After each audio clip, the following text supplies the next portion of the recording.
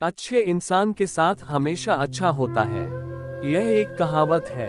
इसका अर्थ यह है कि जो दूसरों के साथ अच्छा करेगा तो उसके साथ भी हमेशा अच्छा ही होगा। किंतु आज के समय में यह कहावत कुछ लुप्त सी हो गई है, क्योंकि आज के समय में लोग एक दूसरे से ईर्ष्या करते रहते हैं। लोग अपने आप को दूसरों से बेहतर साबित करने में लगे रहते हैं। उन्हें दूसरों की कोई परवाह नहीं होती।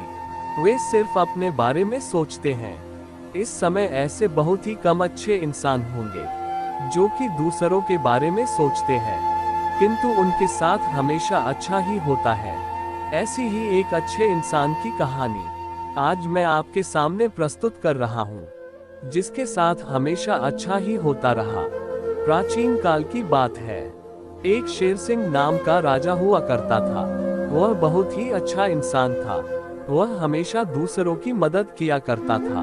उसे अपनी प्रजा से बहुत प्रेम था। वह सभी की सहायता किया करता था। उसके राज्य में कोई भी व्यक्ति असंतुष्ट नहीं था। किसी को भी किसी चीज की कमी नहीं थी। उसके राज्य में भरपूर पैसा था और साथ ही खेत खलियान भी भरे हुए थे। लोग बहुत ही अच्छे से जीवन व्यतीत कर रहे थे। उस राजा से जो भी व्यक्ति मदद की गुहार करता या अपने निजी काम के लिए धन की मांग करता था, तो वह उसकी पूर्ति कर दिया करता था। इस बात से उनके ही दरबार के एक दरबारी, जिसका नाम करीम था, उसने सोचा कि राजा बहुत ही दयालु है, क्यों ना इसका फायदा उठाया जाए। उसने उस राजा का बहुत ही खास और भरोसेमंद दरबारी बनने का सोचा, जिससे राजा उसे अपने खजाने की रखवाली के लिए तैनात कर दे। इसके लिए उसने एक योजना बनाई। वह राजा के आसपास ही रहा करता था। राजा शेर सिंह जो भी काम करने को बोलते, वह झट से कर दिया करता था और राजा के साथ वह हर जगह जाकर उनकी मदद भी किया करता था।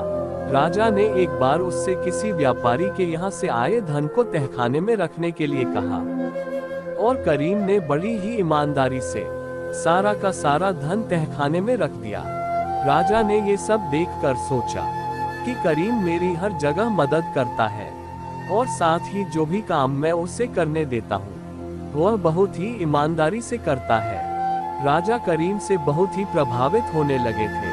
करीम को भी लगने लगा कि राजा उससे प्रभावित हो चुके हैं। यही उसकी योजना थी कि ऐसा करने से राजा उसे जल्द ही अपने खजाने का रखवाला बना देंगे। राजा ने करीम को बुलवाया। करीम मन ही मन बहुत खुश हो रहा था कि अब बस राजा उसे अपने खजाने का रखवाला बनाने की बोलने ही वाले हैं। ये सोचते सोचते वह राजा के पास पहुंचा। राजा ने उससे कहा, करीम तुम अपने काम में बहुत ही ईमानदार हो। मैं तुमसे बहुत प्रभावित हुआ हूँ और मैं तुम्हें अपने खजाने की रखवाली करने के लिए तैनात करता हूँ। ये सुनकर करीम खुशी से फूला नहीं समा रहा था। उसने ये स्वीकार कर लिया और वह खजाने का रखवाला बन गया।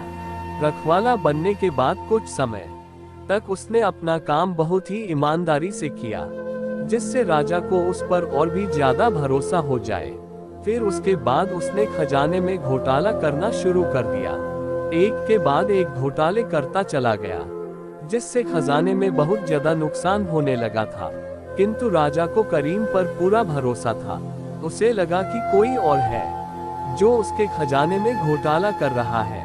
उसने अपने सैनिकों से इस घोटाले के बारे में पता लगाने को कहा। सभी लोग उस घोटाले करने वाले आदमी को खोजने लगे। फिर खोजते खोजते कुछ दिनों बाद ये पता चला कि यह सब घोटाला कोई और नहीं बल्कि करीम ही कर रहा था। राजा ने करीम को दरबार में बुलाया और उससे कहा, तुम बहुत ही बेईमान निकले और तुमने मेरा भरोसा तोड़ा है। तुम्हें दंड अवश्य दिया जाएगा। ऐसा कहकर राजा ने उसे महल से निकाल दिया। महल से निकाले जाने के बाद करीम ने सोचा कि अब मुझे कोई काम नहीं मिलेगा और यह सब राजा की वजह से हुआ है। मैं राजा को मार दूंगा। ऐसा सोचते हुए उसने राजा को मारने की योजना बनाई। वह चुपके से छिपते हुए महल के अंदर घुस गया और किसी तरह वह महल के रसोई घर में पहुंच गया। वहां पहुंचकर उसने राजा के खाने में जहर मिला दिया, जिससे राजा की मृत्यु हो जाए। किंतु राजा बहुत ही दयालु और अच्छा इंसान था। उसने ये खाना गरीबों में बांटे जाने का ऐलान कर दिया। करीम ये सुनकर डर गया। उसे लगने लगा कि मैं तो राजा को मारना चाहता हूँ, लेकिन ये खाना मासूम और गरीब लोगों को खिलाया जाने वाला है, किंतु मैं उन सब की मृत्यु नहीं होने दे सकता हूँ। तब वह राजा के पास गया और उनसे कहने लगा कि हे राजन, ये खाना गरीबों में मत बांटिए, इसमें जहर मिला है। मुझे क्षमा कर दीजिए, मैं लालच में आने के कारण ये गलत कदम उठा बैठा।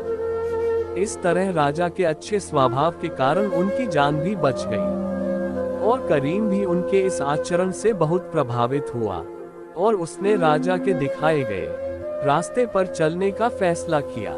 साथ ही वह भी एक अच्छा इंसान बन गया। कहानी से प्राप्त शिक्षा।